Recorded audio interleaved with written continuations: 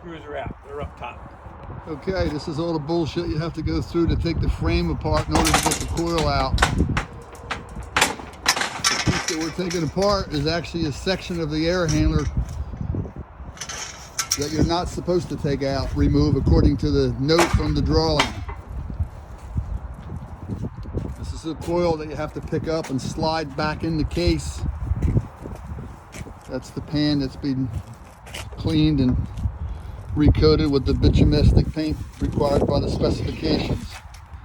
The coil disassembly and reassembly involves about 100 5/16 inch self-tapping screws to be removed and replaced in order to remove this section of coil. This is actually the end section of the air handler that you're not supposed to remove.